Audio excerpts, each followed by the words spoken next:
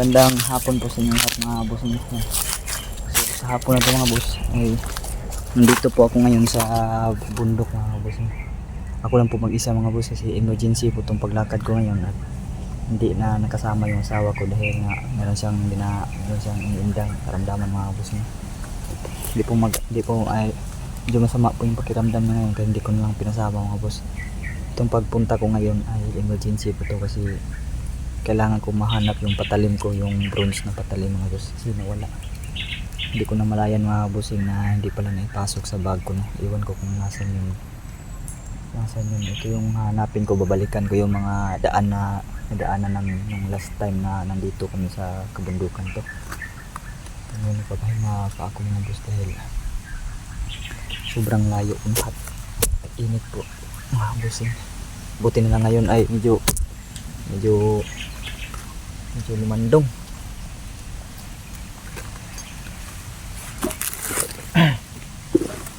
Iwan ko mga boss no, anong Tagalog ng landong mga boss.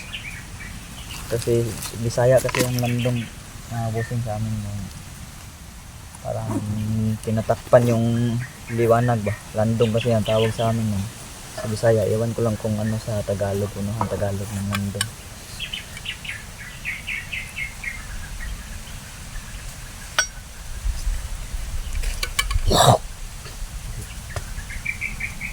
Inom na tayo ng tubig mga boss.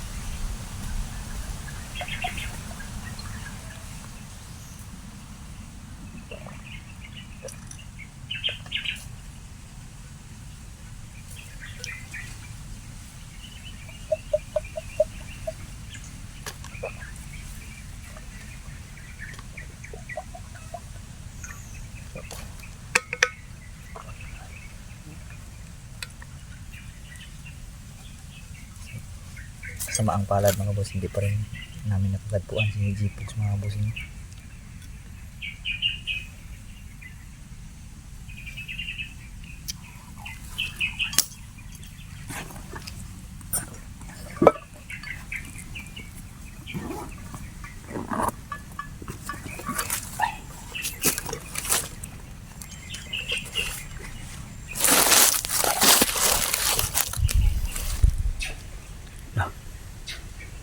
Ano yun? Parang may tunog yun mga boss. Parang may tumutunog no?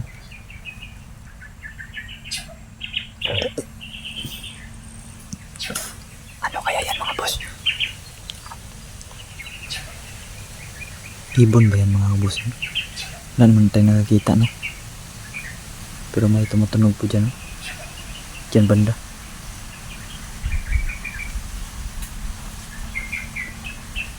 Kaya sinadya ko dito magpahinga ng mga boss sa medyo maaliwalas mga boss na part ng mga batang tingin mga boss. Hindi po ganong masukal dito sa inistimbayan ko. Yun o. Sadya ko pa ito mga boss na dito tempahin na in case man naroon tayong kalaban man na nakita. Mabilis natin makita no? At makapaghanda tayo pagad kasi delikado ako lang mag-isa mga boss.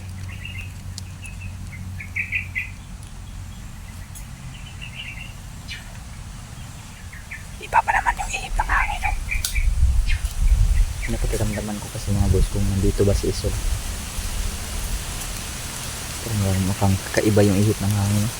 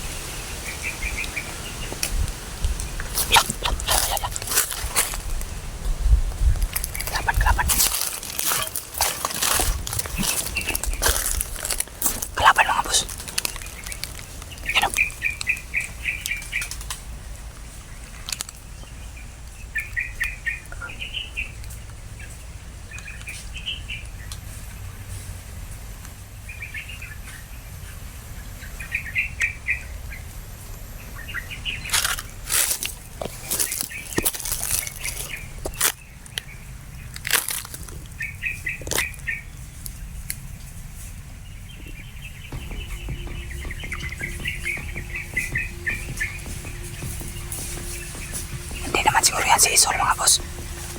Wala lang siyang maskara.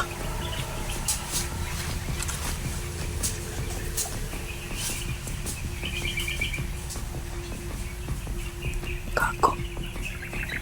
Sino kaya yan? Lah! Merong posibilidad na si Isol pala to kasi walang maskara pala si Isol mga boss. Dahil binasag yun ni Mystery. Kaki.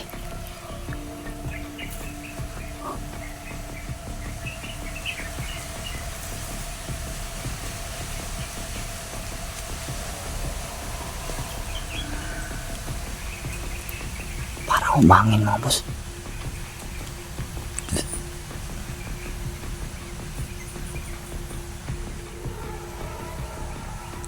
Umangin.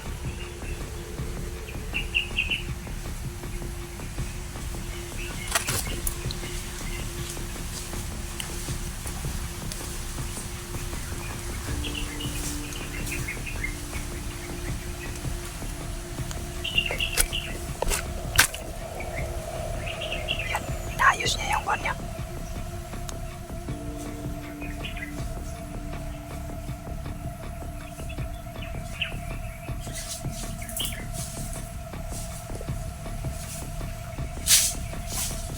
Mapasangin. Look. Kahit nagalit mga boss.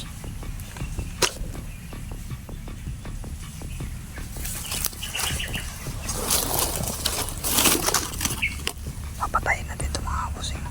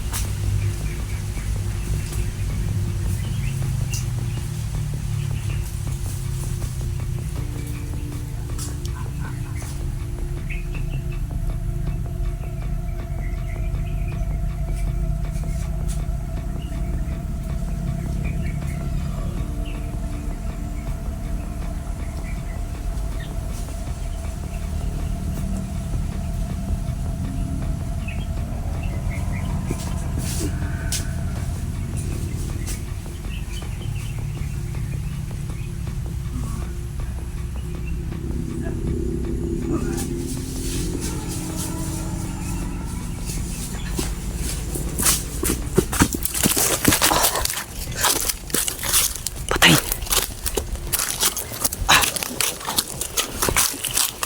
Dah. Wala.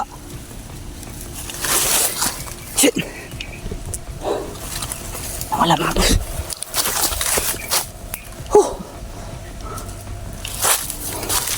Putang na. Asan yun? Ya.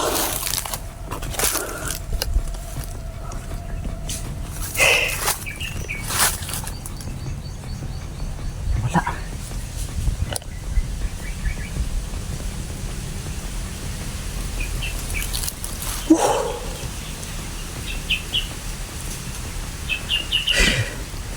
Nawala siya mga boss.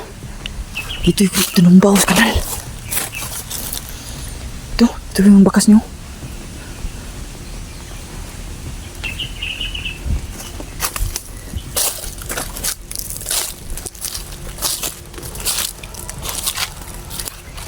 Grabe. Mukhang si Isol talaga siguro yung mga boss. Kasi habang ginaganyan ko siya ay binubulungan ko siya ng orasyon. Para nakontra niya. Nawala siya.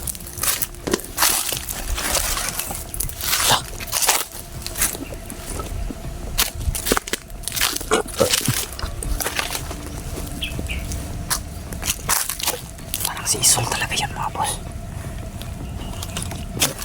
Wala lang maskara. Pangit na mukha niya.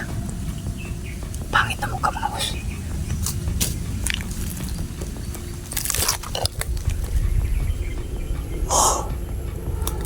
Pambihira. Si Isol yun. Panigurado mga boss.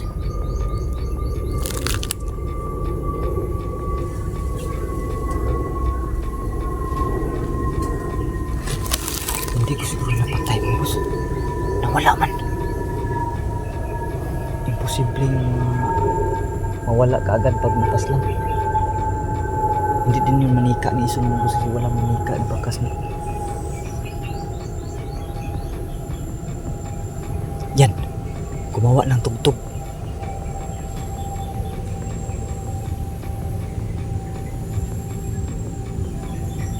Ayan, gumawa ng tugtog mga boss.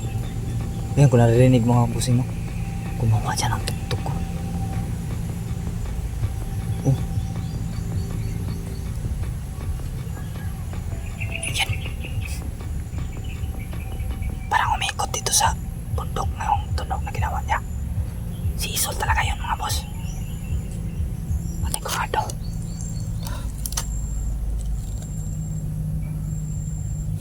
Halaka. Lumabas na muli si Isul mga boss. Pero wala siyang maskara mga boss. Ang pangit pala ng mukha niya. Yun pala yung tsura ni Isul mga bossing kapag walang maskara. You know, napunta doon yung tulog. Di kaya nandun si Isul tumakbo? Panigurado talaga hindi yung patay. Nawala agad si Isul talaga yun.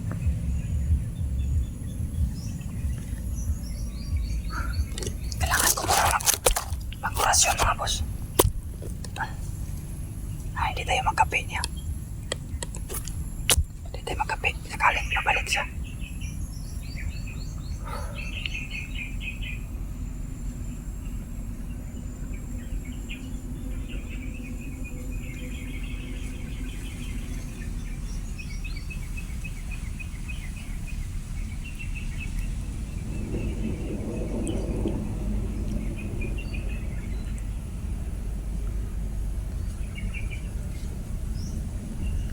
Yan. Nakapag-orasyon na tayo mga boss.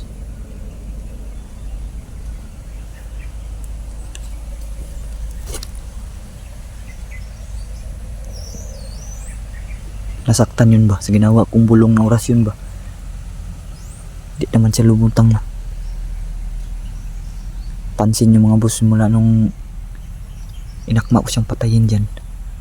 Dyan nagsilabas yung mga tugtog at saka yung mga busis ng mga sasakyan, tunog ng mga sasakyan pala. Saka yung dyan yung lumabas. Pinapakiramdaman ko mga boss kung baka babalik dito ba.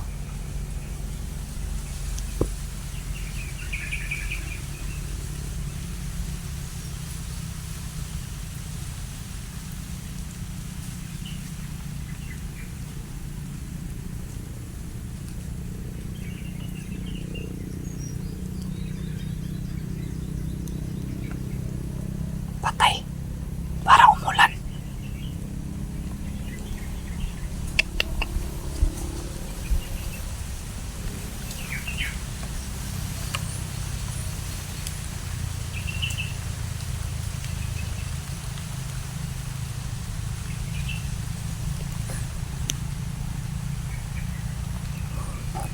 Posible talaga mga boss.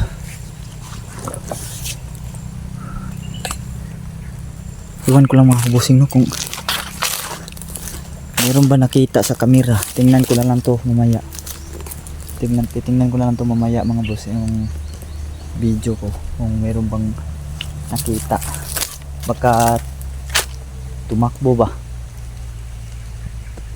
Basta mga boss, paggulong niya dyan sa kanal, nawala. Ito, may gamit pa ito. Sa kulto to ba? Walang duda. Walang duda, damit to ng kulto.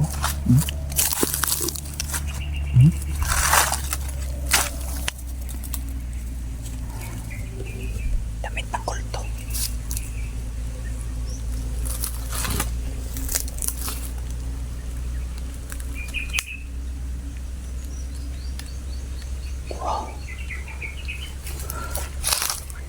Yun gaya ng sabi ko kanina mga boss. I-check ko lang kung video ko kasi ito naman to nakatarap nito doon. Nakatirik doon. Baka sakaling pag talikod ko ba, baka tumakbo siya mga boss, makita ito sa camera. Titingnan ko lang kung mayroon ba nahagip. Basta pagtanda ko talaga, pagbalik ko sa kanyang liig, pinagulong ko siya. Saan ba yun banda? Doon ba natin? Parang doon. Pinagulong ko siya. Bigla nawala.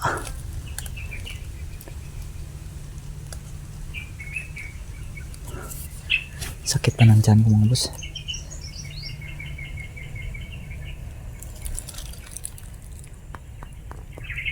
So mga boss, kailangan natin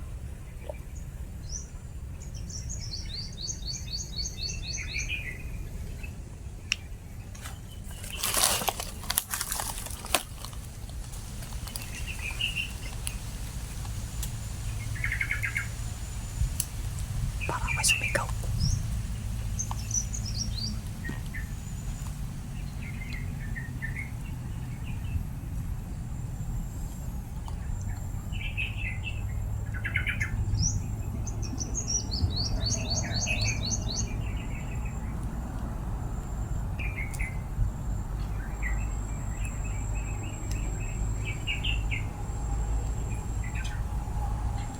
Parang may sumigaw.